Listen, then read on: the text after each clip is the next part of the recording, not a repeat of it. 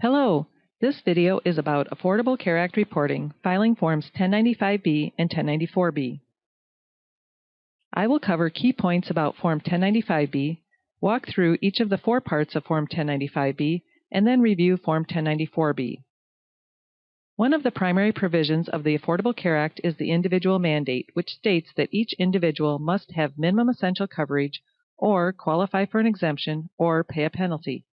The name of this penalty is the Individual Shared Responsibility Payment. The purpose of Form 1095B is to report information to the IRS about individuals who are covered by minimum essential coverage and therefore are not liable for the Individual Shared Responsibility Payment.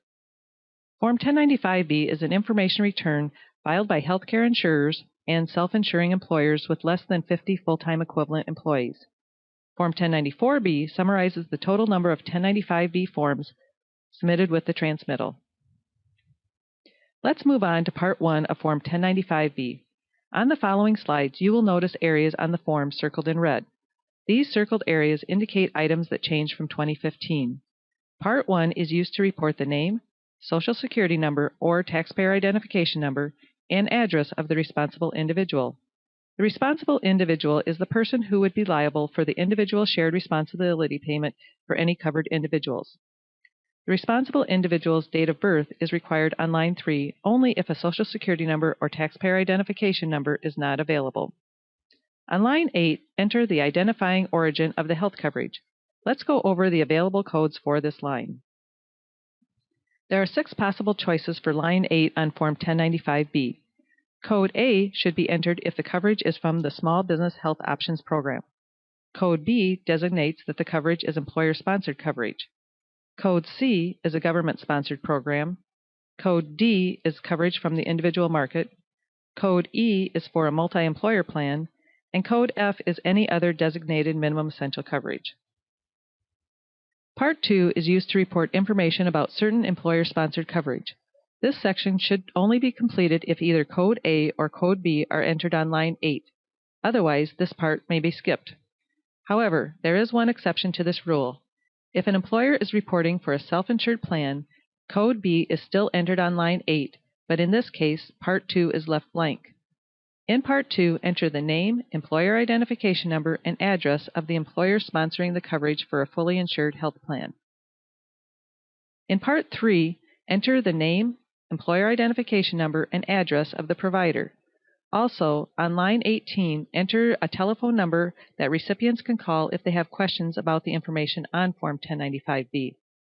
If a self-insuring employer with less than 50 full-time equivalent employees is reporting coverage, the employer's information is entered in Part 3 because in the case of a self-insured employer, the employer is also the provider.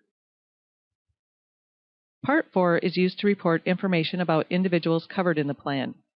Enter the name and Social Security number or taxpayer identification number for each covered individual, along with an indication as to which months the individual was covered. In order to be considered covered in a plan for a particular month, the individual only needs to have coverage for one day of the month. If a Social Security number or taxpayer identification number is not available, enter the covered individual's date of birth in column C. If the responsible individual is also enrolled in the plan, the responsible individual must be listed in both Part 1 and Part 4 of Form 1095B.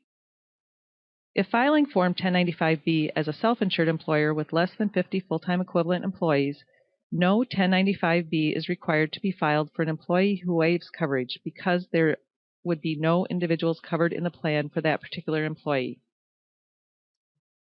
Now let's move on to Form 1094B, which is the transmittal for 1095B forms. On this form, enter the filer's name, employer identification number, and address.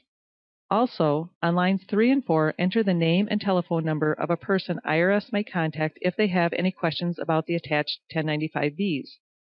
On line 9, enter the total number of 1095B forms submitted with the transmittal. File Form 1095B at yearly.com or call to speak with an ACA filing expert at 800-968-1099. Thank you.